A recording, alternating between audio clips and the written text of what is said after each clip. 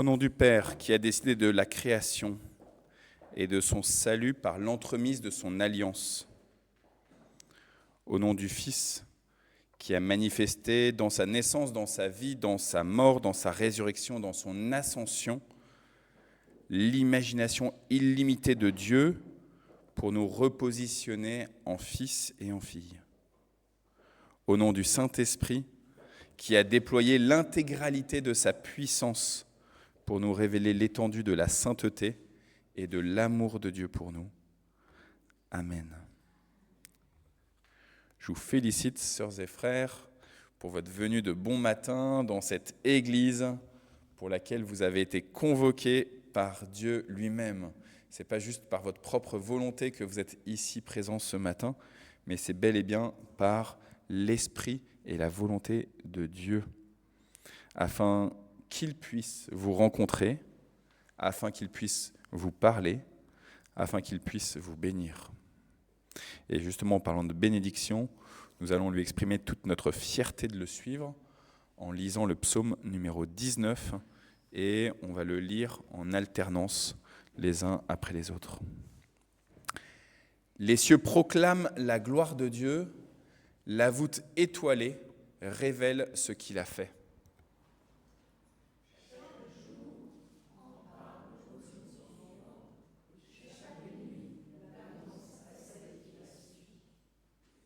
Ce n'est pas un discours, ce ne sont pas des mots, l'oreille n'entend aucun son.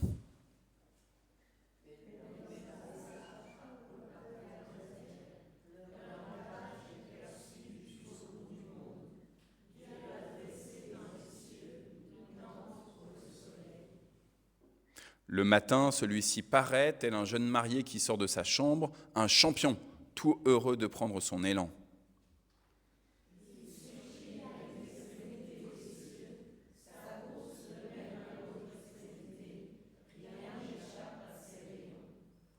L'enseignement du Seigneur est parfait, il redonne la force de vivre, les ordres du Seigneur sont sûrs, ils rendent prudents les gens ignorants.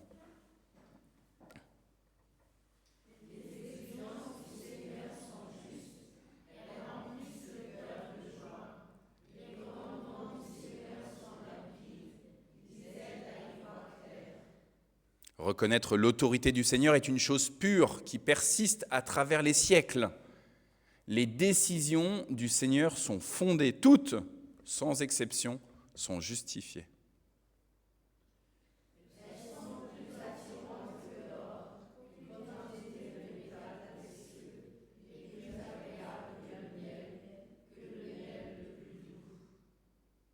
Seigneur, moi qui suis ton serviteur, j'y trouve un avertissement. On a tout avantage à suivre tes avis.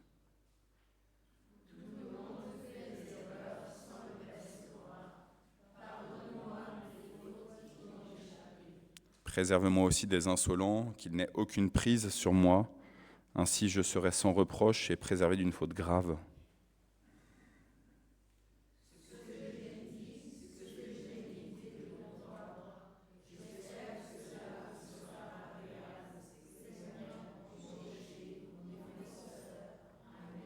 Amen. Et donc, on a entendu que tous les commandements, toutes les paroles du Seigneur sont justes, justifiées, toutes ces décisions sont fondées. Alors, écoutons comment Dieu veut être servi. Ce que Dieu veut, c'est notre sanctification. Il est saint, alors puisqu'il est saint, nous aussi, devenus enfants, devenons saints, soyons saints dans notre être, dans nos pensées, dans nos paroles, dans notre conduite. Ainsi que nous marchions non selon la chair, mais selon l'esprit, afin que celui-ci produise en nous l'amour, la joie, la paix, la patience, la bienveillance, la bonté, la fidélité, la douceur, la maîtrise de soi. Le Saint-Esprit nous enseigne toutes choses et nous rappelle tout ce que Jésus-Christ a dit, et en particulier le double commandement, tu aimeras le Seigneur ton Dieu de tout ton cœur, de toute ton âme, de toute ta pensée, et tu aimeras ton prochain comme toi-même.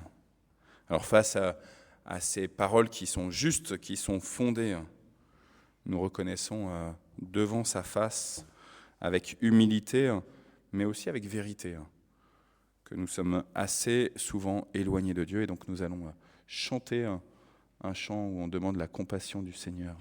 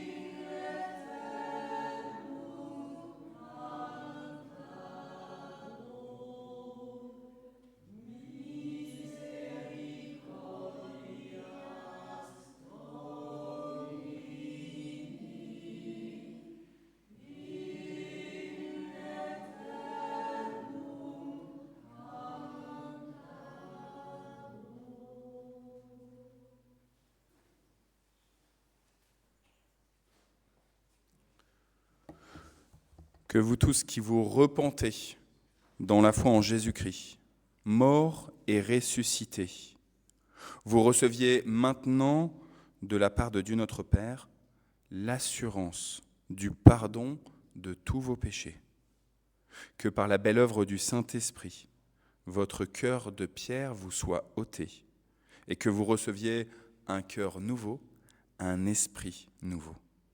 Que par cet esprit nouveau, esprit d'adoption, vous puissiez dès à présent et jusque dans l'éternité interpeller désormais Dieu en le nommant Abba, Père.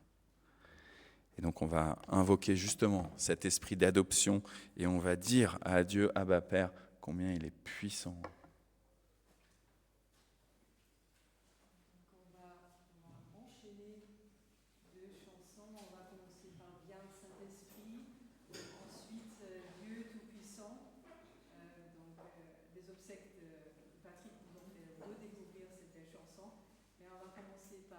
Saint-Esprit. Je vais juste faire une toute petite prélude et après on démarre.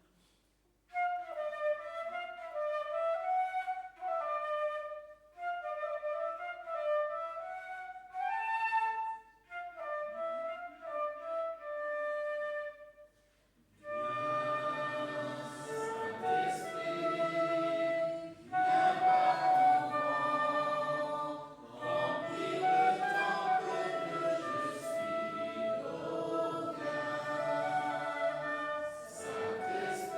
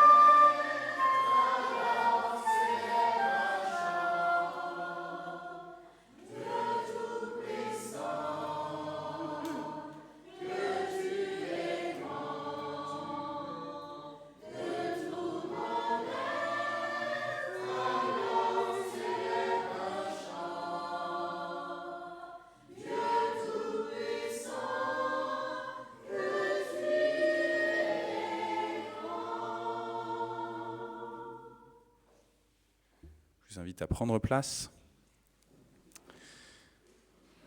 Dans l'Évangile selon Luc, au chapitre 14, j'ai juste eu ça qui m'est passé par la tête là, pendant le temps de louange.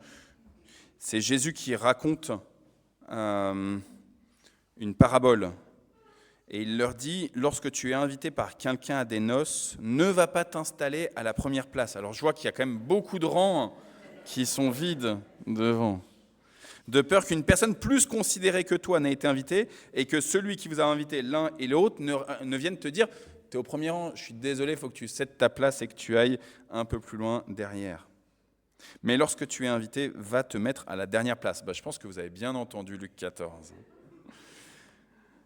Afin qu'au moment où viendra celui qui t'a invité, et c'est le Seigneur Dieu qui vous a invité, il te dise « Monte, mon ami, monte plus haut. » Alors, je ne vais pas vous faire tous avancer. Je vais juste demander à Hani, qui s'est justement mis presque à la toute dernière place, de monter jusque devant, parce que c'est lui qui va nous donner la prédication maintenant. Hani, que le Seigneur te conduise.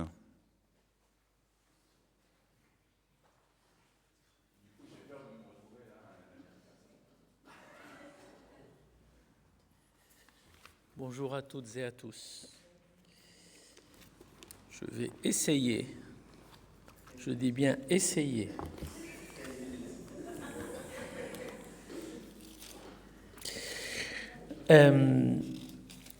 pour ce matin, on va d'abord se soumettre dans la prière avant toute parole pour que tout soit bien guidé par notre Seigneur, par son Esprit. Seigneur, Père, nous sommes là à ton écoute.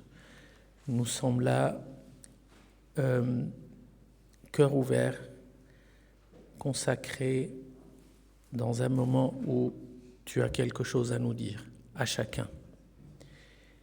Permets-nous, Seigneur, de sortir aujourd'hui encore plus édifiés avec ta parole, non pas celle d'un homme, mais la tienne, celle de l'Esprit. Amen. Alors, dans le livre de l'Apocalypse, qui est le dernier livre de tout l'Évangile, et d'ailleurs de toute la Bible, qu'est-ce qu'il dit ? À partir le premier chapitre, à partir du verset 4. « Jean aux 7 églises qui sont en Asie, que la grâce et la paix vous soient données de la part de celui qui est, qui était et qui vient, et de la part des 7 esprits qui sont devant son trône. »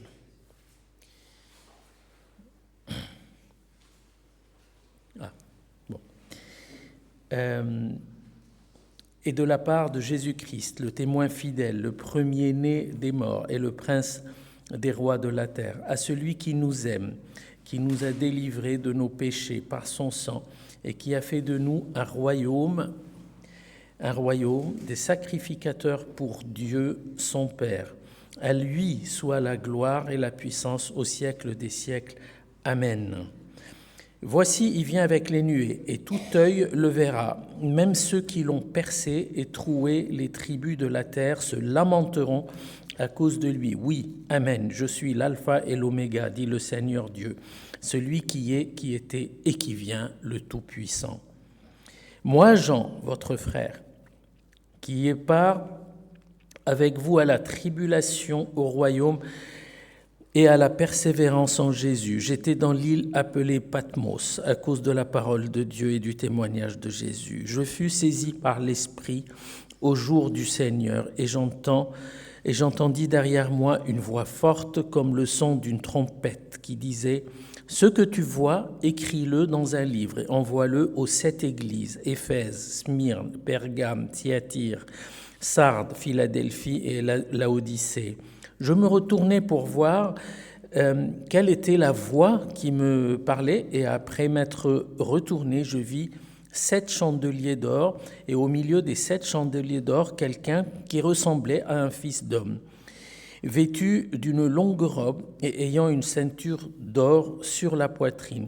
Sa tête et ses cheveux étaient blancs comme de la laine blanche, comme de la neige. Ses yeux étaient comme une flamme de feu. Ses pieds étaient semblables à de l'airain ardent, comme s'il avait été embrasé dans une fournaise. Et sa voix était comme le bruit de grandes eaux.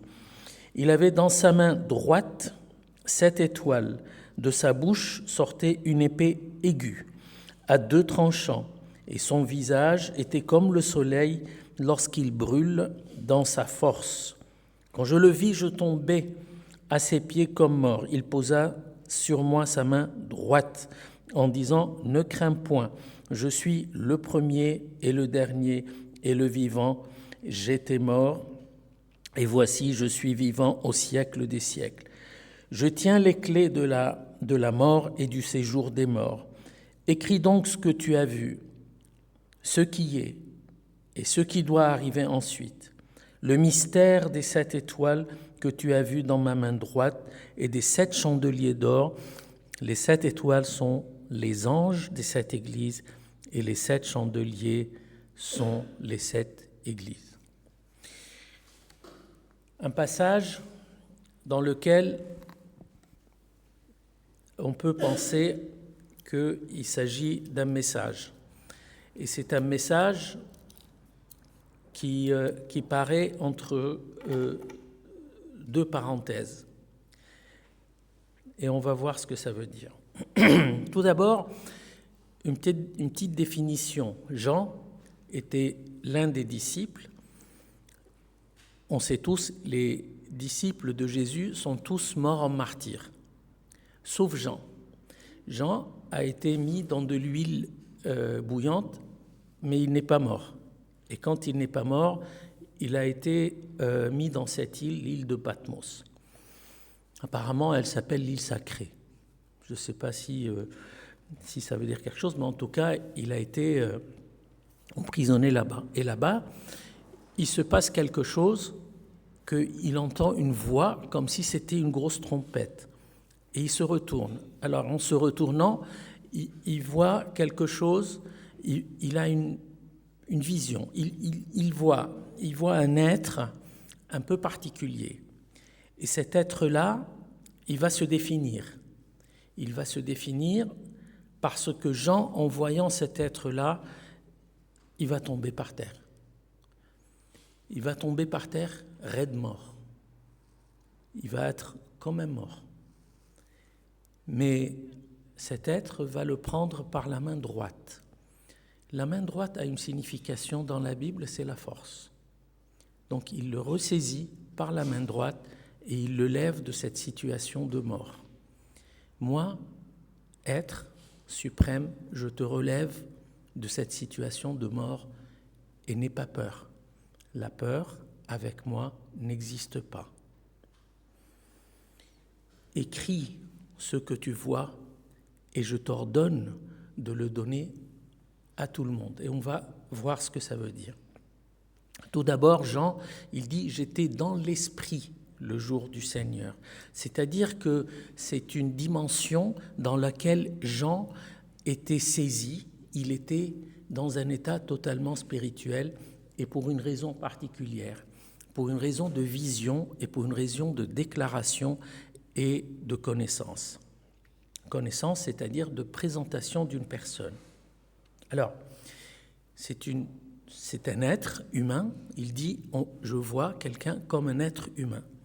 Mais cet être humain, il avait quelques particularités. Ce n'est pas un être humain normal, il avait quand même quelques particularités. La première, c'est que dans sa main droite, il tenait 7 lanternes, il tenait 7 astres. Et en fait, on va comprendre très vite à la fin, lui-même, il va expliquer ce que c'était ces 7 astres, 7 lanternes, ce sont 7 églises. Les lanternes sont les églises. Et ça nous renvoie vers la définition que Jésus va donner à la lanterne en décrivant qu'une lanterne est faite pour illuminer. On ne la met pas en dessous d'un meuble, on la met au-dessus pour qu'elle illumine. Telle était la définition dans la vision de Dieu d'une église. Les 7 lanternes, les 7 églises. Alors, le chiffre 7, on va revenir sur la symbolique du chiffre 7, c'est la globalité, la totalité. Pourquoi pas 6, pourquoi pas 8? Parce que 7, dans la symbolique et dans l'esprit des gens, c'est la totalité. Rappelons-nous, quand les disciples posent à Jésus la question, combien de fois faut-il que je pardonne? Est-ce que c'est 7 fois? 7 fois, c'est pour dire, voilà, est-ce que je pardonne tout le mal que quelqu'un peut me faire? C'est pas un chiffre 7, on ne va pas s'amuser à calculer 7 fois 70, etc. C'est inutile. Mais 7, ça veut dire la globalité. Et 70, c'est l'universalité, bref. Donc les 7 églises, la totalité, la globalité des églises, tous, chacun dans sa variété et dans sa spécificité. Et ce sont 7 lanternes, si on regarde bien, ce sont 7 lanternes au nord. 7 lanternes au nord.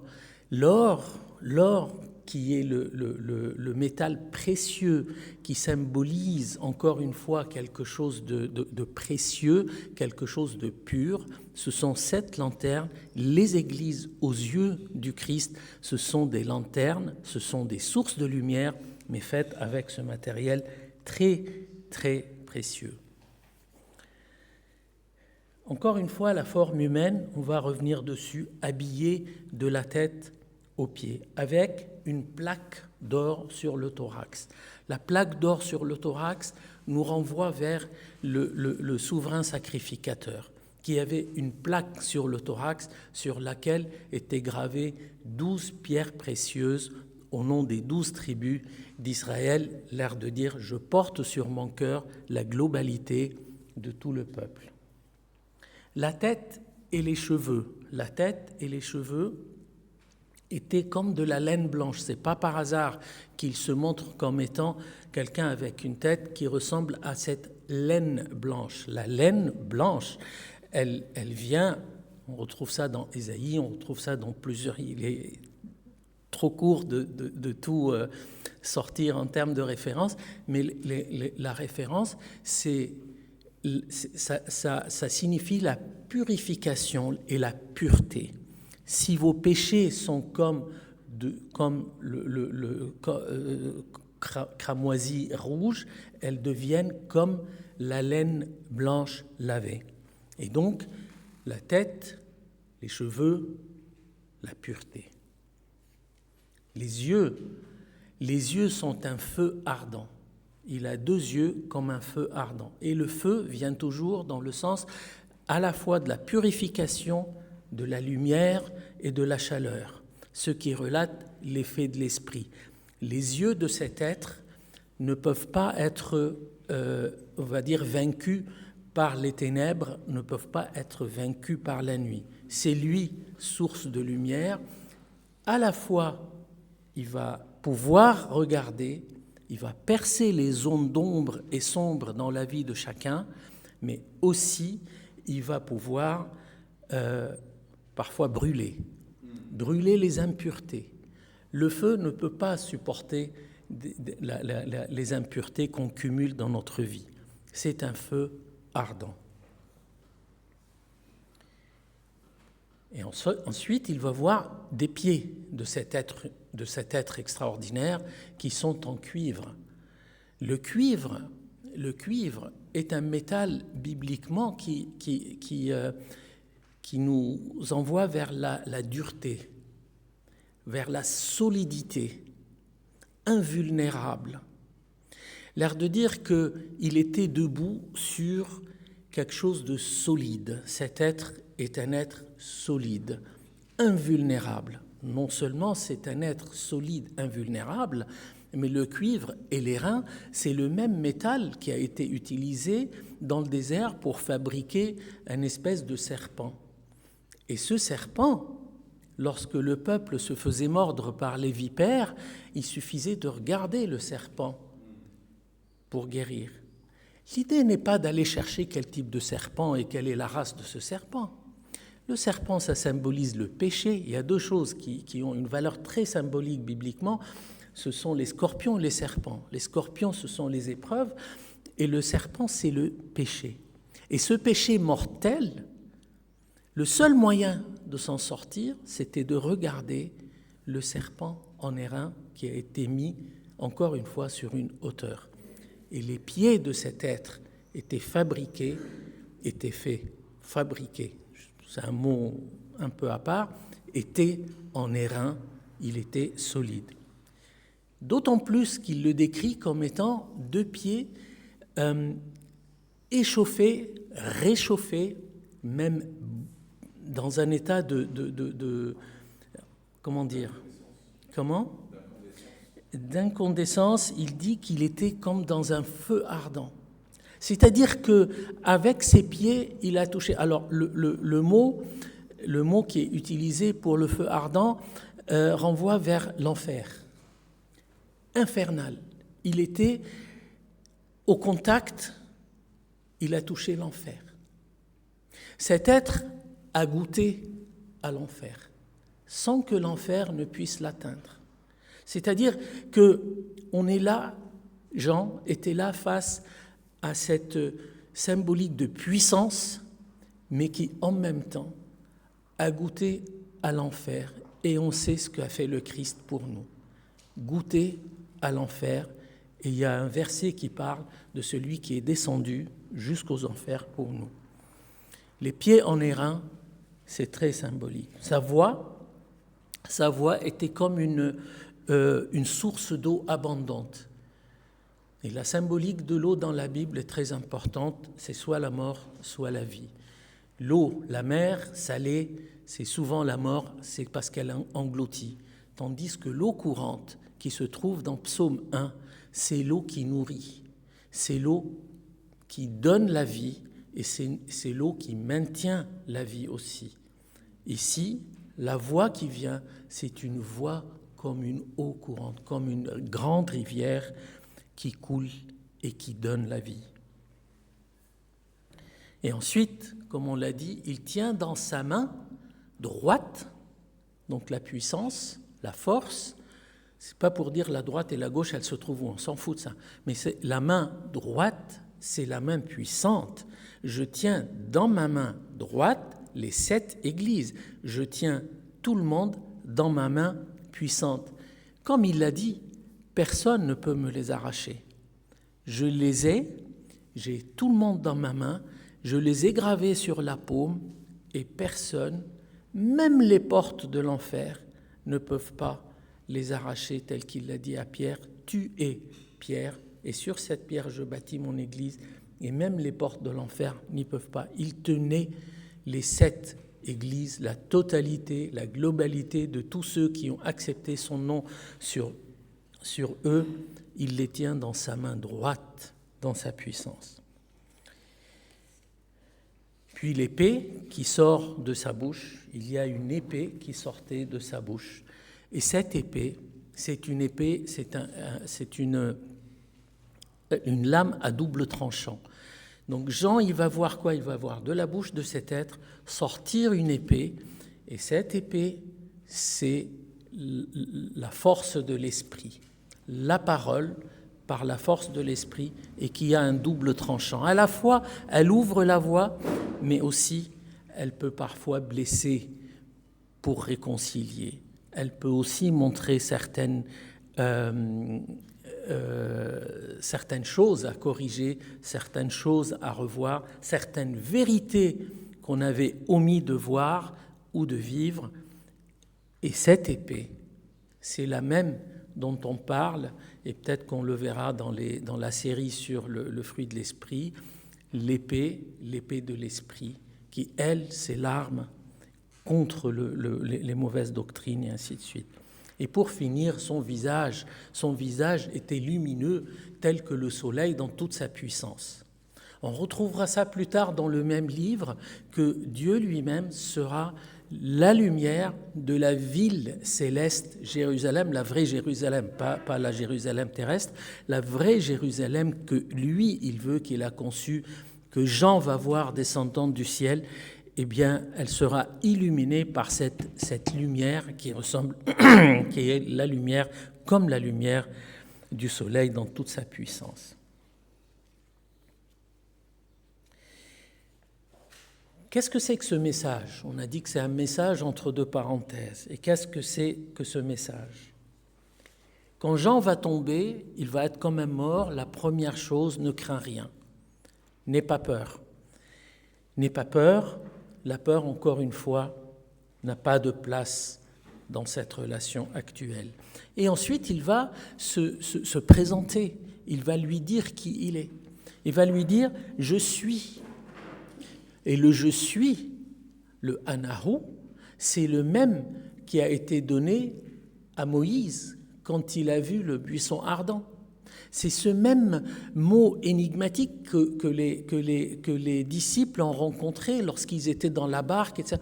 Je suis là. Ça, c'est le nom de Dieu. Anahu, Ahya, c'est moi.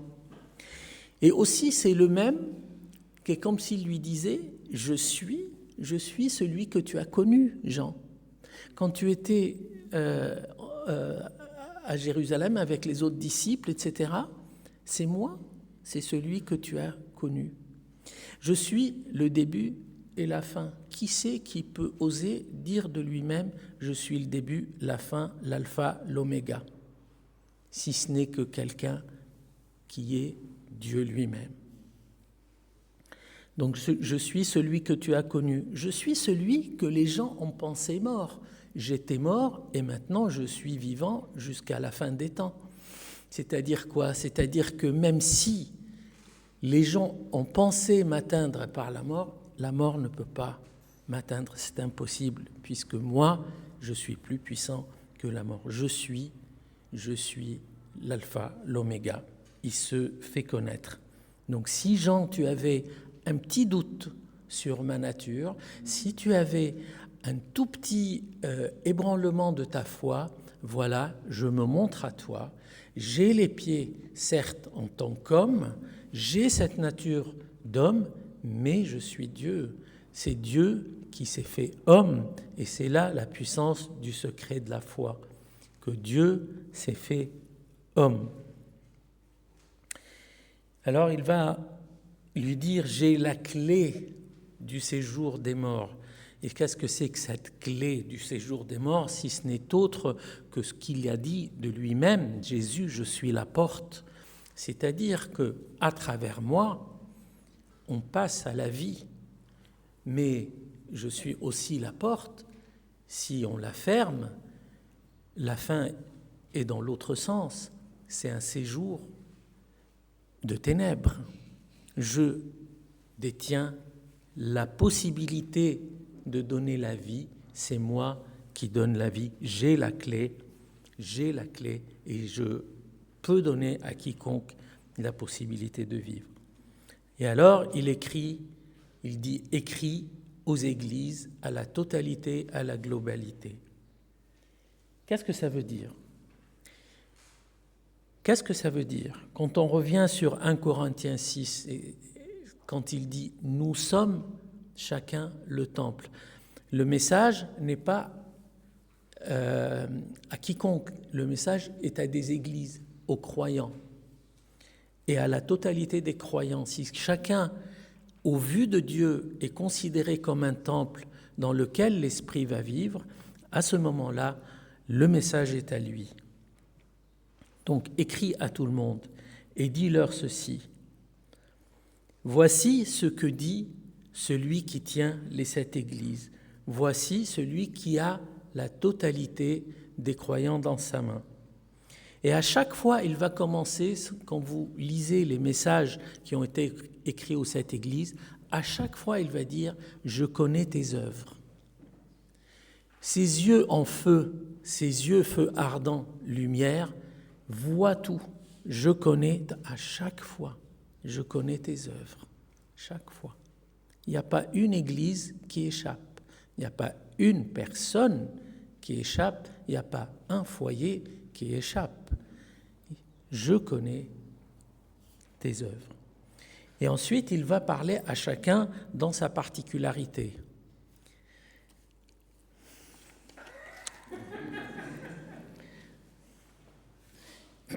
Bon, vite fait. Ils n'ont pas vu ma mimique. Non, mais parce que 7 églises, donc il n'y a pas 7 prédications, il y a une seule. Il parle aux 7 églises. À la première, il va parler d'un amour qu'il a oublié. Deuxième, ce sont les épreuves qu'il va affronter. Troisième, face à la fausse doctrine. Le quatrième, qui pactise avec le mal. Qui pactise avec le mal. Qui dit OK. Au cinquième, il lui reproche qu'il a un nom qu'il est vivant, mais en réalité il est mort. Au sixième, la guerre spirituelle. Et au septième, la tiédeur. T'es ni chaud ni froid. À chaque message se termine par quelque chose que Arnaud répète souvent, une exhortation. Celui qui a l'oreille pour écouter, qu'il écoute ce que dit l'Esprit aux églises. En fait, la traduction n'est pas totalement exacte. Ce n'est pas celui qui a des oreilles, mais celui qui a l'oreille, celui qui a l'ouïe, celui qui ouvre sa capacité d'écouter, celui qui a l'envie d'écouter, celui qui a l'ouïe, le désir d'écouter. Et il termine à la 7e église par le verset qu'on connaît tous par cœur. Voici, je suis à la porte et je frappe. On connaît tous ce verset. Ce verset est dirigé vers les églises. Il n'est pas dirigé vers quelqu'un qui est en dehors de l'église. Il est dirigé vers nous, vers nos églises, nous qui nous déclarons croyants.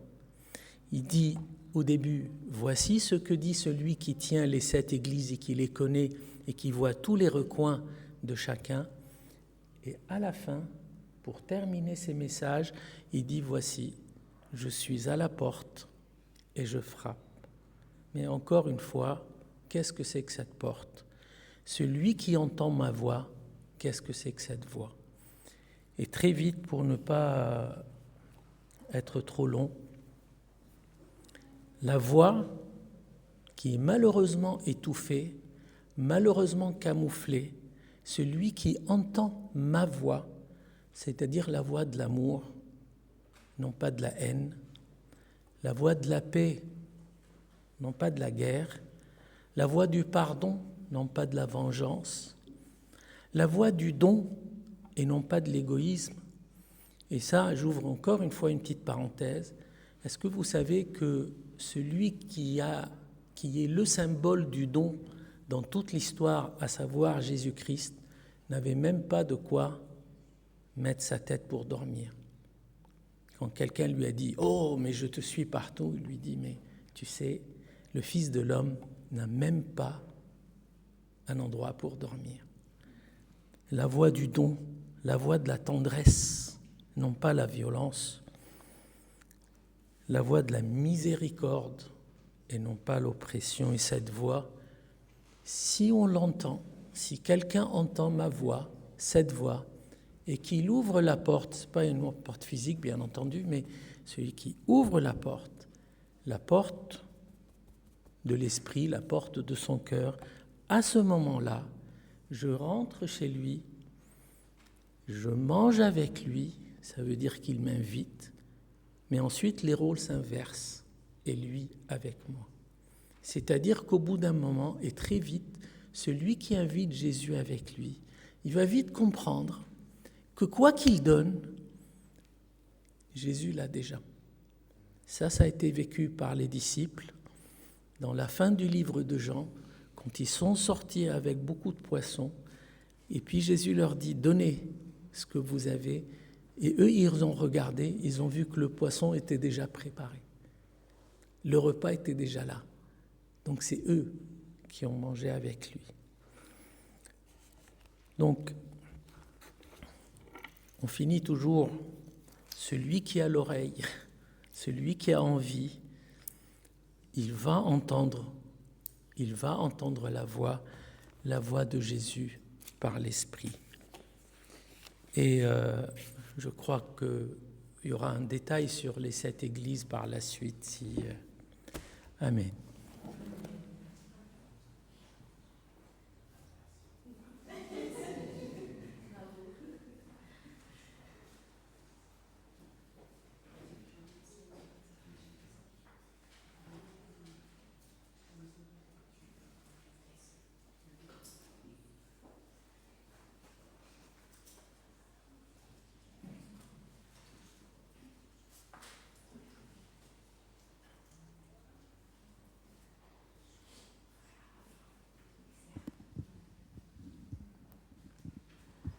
Il est juste. Il est vraiment juste. Il est bon. Il est vraiment bon de te reconnaître comme le seul vrai Dieu et de t'honorer ainsi dans ta sainteté, toi le Père, le Fils et le Saint-Esprit. Tu es saint, tu es parfaitement saint, et pourtant tu t'es offert à cette création pécheresse que nous sommes. Ce dont il a été annoncé, et il s'est concrétisé par la Pâque de Jésus-Christ, ton Fils, notre Seigneur. La nuit où il fut livré à ses ennemis, tes ennemis, il a célébré ce rite avec ses disciples, lui donnant l'entièreté de la révélation de ton amour. Dans la magnifique communion que tu formes, Père, Fils et Saint-Esprit, il a pris du pain, il a rendu grâce, il l'a rompu et il l'a donné à chacun de ses disciples. Et je vous invite justement, vous les disciples de Jésus, à venir former un cercle de communion. Vous qui ouvrez la porte pour partager la scène avec lui et que lui puisse la partager avec vous.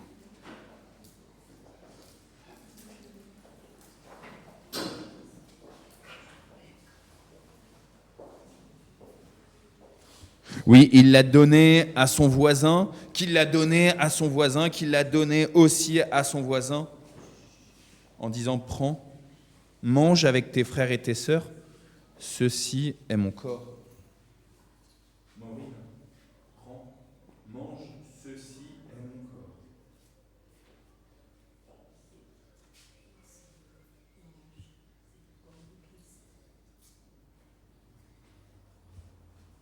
Toujours dans cette magnifique communion que tu formes, Père, Fils et Saint-Esprit, Jésus a pris la coupe de bénédiction. Il a également rendu grâce et il l'a donnée à chacun de ses disciples pour que chacun donne à son voisin, qui donne à son voisin, en disant « Prends, bois avec tes frères et tes sœurs, ceci est mon sang répandu pour ton salut. » Au milieu du plateau, c'est du jus de raisin et au bord, c'est du vin. Maureen, prends, bois, ceci est mon sang.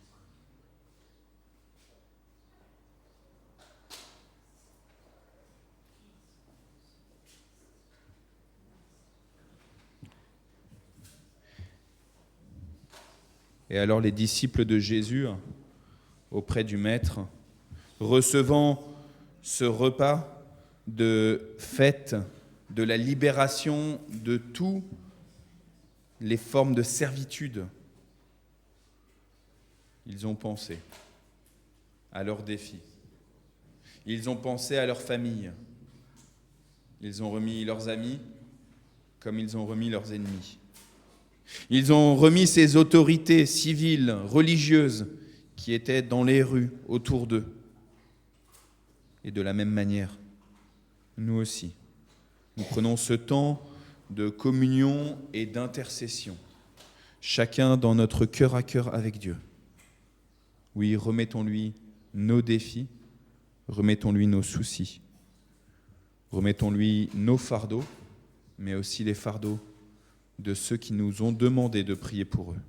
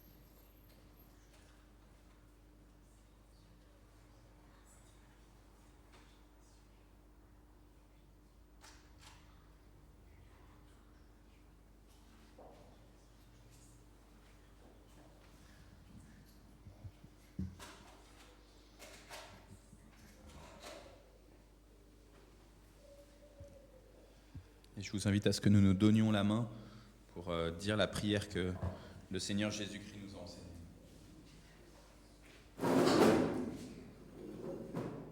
Notre Père qui es aux cieux, que ton nom soit sanctifié, que ton règne vienne, que ta volonté soit faite sur la terre comme au ciel. Donne-nous aujourd'hui notre pain de ce jour. Pardonne-nous nos offenses, comme nous pardonnons aussi à ceux qui nous ont offensés. Ne nous laisse pas entrer en tentation, mais délivre-nous du mal, car c'est à toi qu'appartiennent le règne, la puissance et la gloire, au siècle des siècles. Amen. Recevez la bénédiction de notre Seigneur, et puis à l'issue de cette bénédiction, je vous invite à ce que nous chantions le chant « À toi la gloire ». Donc, au lieu de faire le post-lune musical, on va chanter ce « À toi la gloire ». Que Dieu notre Père vous rende saint, comme lui-même est saint. Que Dieu le Fils, notre grand frère, oriente vos décisions, vos engagements, vos pensées. Que Dieu le Saint-Esprit illumine votre être, esprit, âme et corps, pour être gardé sans reproche jusqu'à l'avènement de notre Seigneur Jésus-Christ. Amen. Et on peut rester, je pense, dans cette position de grand cercle. On peut suivre sur le téléviseur ou suivre sur le vidéoprojecteur de l'autre côté ce « À toi la gloire ». On va peut-être entendre l'introduction d'abord.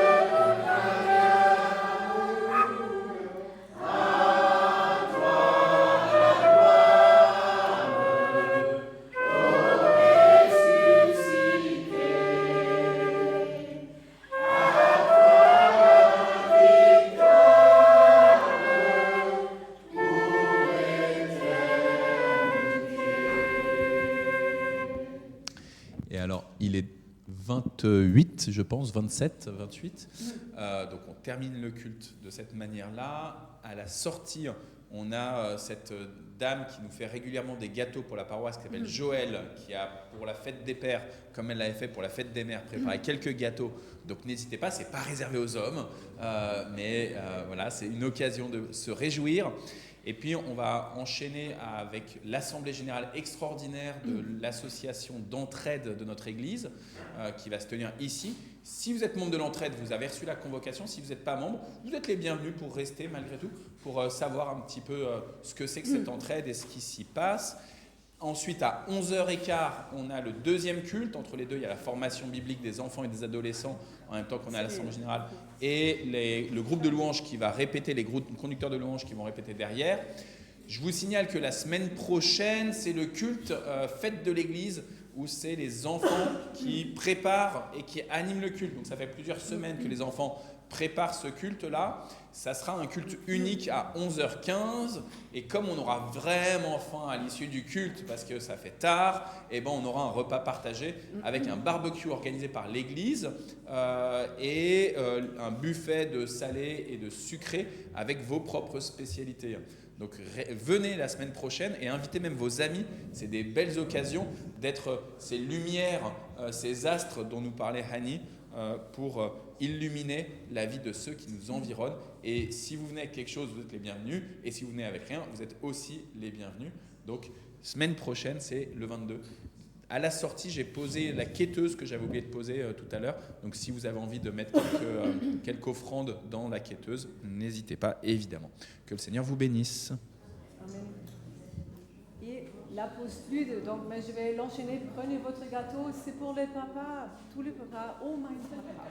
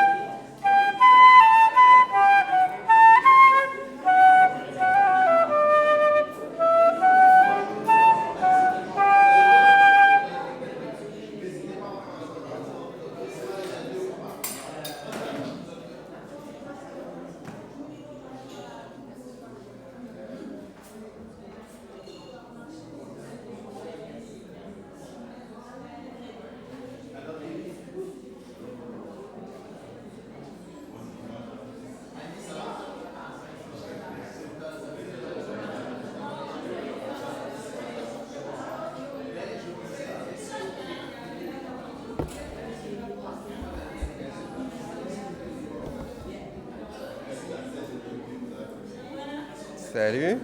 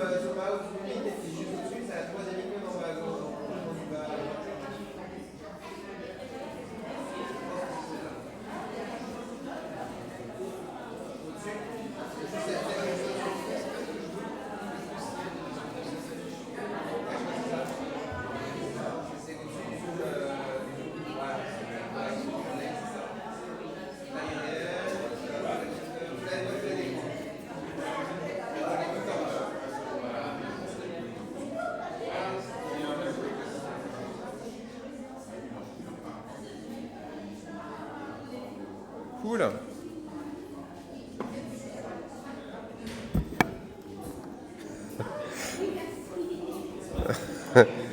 Bonjour, bonjour. Je vous propose de commencer. J'espère que pour le groupe de louanges à côté, les haut-parleurs ne sortent pas ma voix. C'est bon, super. Vous me dites, sinon vous venez ici nous le dire. Voilà. Donc ce n'est pas en stream. Merci beaucoup pour votre présence. Si vous n'avez pas signé Émarger, c'est le moment de venir émarger, mettre votre jolie signature sur les papiers qui sont juste ici. Et si vous avez un pouvoir de quelqu'un, pour l'instant je crois qu'on a 2 pouvoirs, mais si vous avez un pouvoir, vous pouvez le mettre en face du nom de la personne et vous mettez votre nom en face du nom de la personne qui vous a donné un pouvoir. Voilà. On va faire vite. Tu vois l'ordre du jour, ouais. Voilà. Ah Simon, tu viens grossir les rangs? Donc il y a CC qui est installé pour le groupe de louanges. Qui est... Ok. Ok, d'accord, super. Alors, c'est parti. Donc, une courte introduction. Donc, on vous a convoqué pour officialiser et renouveler le Conseil de l'entraide, puisque ça faisait un moment en fait qu'on était censé l'avoir renouvelé, puisque ce sont des mandats de 4 ans. Et donc, il était plus que temps de le faire, puisqu'on a même un bureau qui a été voté, qui était opérationnel, pour tout vous dire et être complètement transparent, alors qu'on n'avait pas complètement renouvelé le conseil. Donc c'est pour ça que vous verrez que Marie-Christine et moi, qui sommes président et secrétaire du bureau, eh bien on va se présenter aussi à ce conseil-là, puisqu'il faut faire les choses dans le bon ordre. Donc si vous ne nous élisez pas, il faudra retrouver d'autres présidents et secrétaires pour le bureau. Voilà. Mais en tout cas, on va faire les choses dans le bon ordre cette fois-ci. Je vous propose de commencer par prier, puis on rentre dans les détails. Ça marche ? Merci Seigneur pour ce matin, merci pour ta présence, merci pour ce culte déjà qui a eu lieu ce matin et le deuxième qui arrive. Seigneur, on te remercie pour notre entraide, on te remercie pour la volonté de cette communauté d'être impliquée dans la cité, dans le soutien de nos frères et sœurs de cette communauté, afin que personne ne soit délaissé et dans un besoin extrême, Seigneur, mais qu'on puisse vraiment aider, être solidaire en soutien et dans l'amour fraternel, et qu'on puisse s'aimer les uns les autres comme tu nous l'as demandé, Seigneur Jésus. Merci de nous aider, de nous conduire pour les libérations d'aujourd'hui. Je te prie dans le nom du Seigneur Jésus. Amen. Voilà, donc on n'a pas beaucoup de temps, c'est pas écrit très gros, c'était juste pour vous rappeler les statuts de notre entraide, qui dit donc, et si vous l'aviez sur votre convocation, mais que l'entraide est administrée par un conseil composé de 7 membres dont le pasteur de l'Église est membre de droit. Vous verrez sur les bulletins de vote il y a le nom de Arnaud Lépine-Lassagne, mais il n'est pas négociable. Il est là, je l'ai mis en italique, en disant membre de droit, donc ce n'est pas besoin de dire oui, non ou de le rayer, puisque dans les statuts, il faut que chaque personne membre de l'association de l'entraide de l'Église protestante de Mantes-la-Jolie soit aussi membre de l'Église protestante de Mantes-la-Jolie. Donc on a dit, il faut que pour être membre de l'entraide, il faut être membre du culte, et du coup, comme c'est vraiment dépendant du cultuel, eh bien Arnaud, en tant que pasteur, enfin le pasteur de l'Église, est membre de droit du Conseil de l'entraide. Voilà. Donc c'est pour ça, c'est pour expliquer juste sur les bulletins de vote que Arnaud est en italique pour référence. Les membres sortants sont rééligibles. Donc vous verrez un certain nombre de membres sortants qui se représentent pour le Conseil pour les 4 années à venir. Et puis, en termes d'implication, pour le Conseil de l'entraide, il doit se réunir au moins une fois par trimestre, donc 4 fois par an minimum. Je pense que ce sera à peu près ça le rythme, que 4 fois par an, on fasse un point assez organisationnel et administratif. Et puis, les réunions de projets, d'opérations qu'on faisait d'habitude, elles vont continuer, soit tous les mois quand il y a vraiment beaucoup de projets, soit tous les 2 mois de manière régulière, comme on l'a fait jusqu'à aujourd'hui. Est-ce qu'il y a des questions là-dessus? Des choses qui vous... Tout est bon? Voilà, on va juste procéder au vote du bureau de cette réunion-là. Donc, nous proposons pour le bureau que je sois président, que Marie-Christine soit secrétaire, et il nous faudrait quelqu'un qui se présente comme scrutateur, c'est pas questeur, c'est scrutateur. Noélie, merci, ouais, j'ai un coach hyper efficace. Est-ce qu'on le fait à main levée? Est-ce qu'il y a des personnes qui sont contre la composition de ce bureau, de cette assemblée? Est-ce que quelqu'un s'abstient? Ok, personne ne doute des qualités de Noélie comme scrutatrice. Merci beaucoup. Alors, ce que je vous propose, c'est que... Ah mince, j'ai oublié de remettre la liste des 7 noms. Je vais la mettre là. Non, je ne vais pas la mettre là. Sur le Conseil de l'entraide jusqu'à aujourd'hui, il y a 3 membres sortants. Alors une personne, hélas, qui est déjà sortie, c'était Frédéric Héricotte qui avait été impliqué et qui était secrétaire, si je ne me trompe pas, pendant un moment, mais qui était membre de l'entraide. Donc il y avait effectivement une personne qui n'était plus là. Et il y a 2 membres qui sont sortants, c'est Caroline Lee et Sylvie Marionnet. Alors je ne pense pas qu'elle soit connectée, mais vous, en tout cas... Ah, c'est ma faute, c'est moi qui ai dit à Thomas qu'il n'y avait pas de stream. Ah, c'est la réunion Zoom, pardon. Ok. On va peut-être attendre, on va lui laisser l'opportunité, mais Caroline n'est pas là, a priori? Non, ok. Donc c'est les personnes qui sont sorties. Toutes les personnes qui ne sont pas, donc Frédéric, Caroline et Sylvie, les autres personnes donc, se représentent au conseil. On va juste peut-être...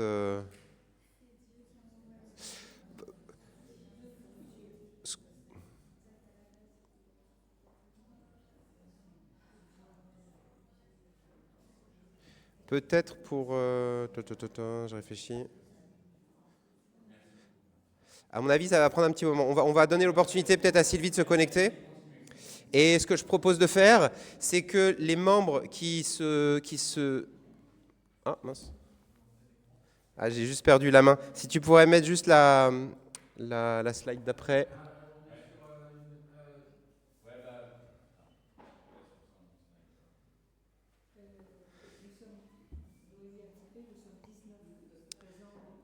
19 présents ou représentés. Ok, super. Donc, on va aller à la base électorale. Ce sera ces 19 votes. Et donc, à 10, on aura la majorité. Comme ça. Ok, donc il faut au moins 10 voix pour chaque... C'est pour chaque personne qui sera présentée. Ce que je vous propose de faire, c'était... Comme on se connaît quand même assez bien, mais pas forcément... tout le monde ne connaît pas forcément tout le monde correctement. Donc, je propose que chaque personne qui se présente, soit en renouvellement, soit en nouvelle candidature, dise quelques mots assez rapidement, juste qui vous êtes, ce que vous avez fait dans l'entraide jusqu'à aujourd'hui, assez rapidement pour ceux qui sont là depuis longtemps, essayer de résumer. Et puis, comment vous comptez être impliqué dans ce conseil de l'entraide pour les 4 ans à venir. Voilà, c'est juste comme ça donne une petite idée aussi du rôle que vous jouez dans le conseil de l'entraide et puis comment vous vous projetez sur la suite. Ça nous permet puis je pense que c'est un bon exercice de toute manière, comme ça on se connaît mieux. Et puis, parce que le conseil, il a quand même son rôle de fonctionnement, de décision, quand il y a des décisions à prendre qui sont importantes. S'il y a de l'argent, des dons qu'on doit faire, des prêts qu'on doit faire, c'est le conseil qui décide à majorité, donc à partir de 4 voix, disent les statuts. 4 personnes présentes et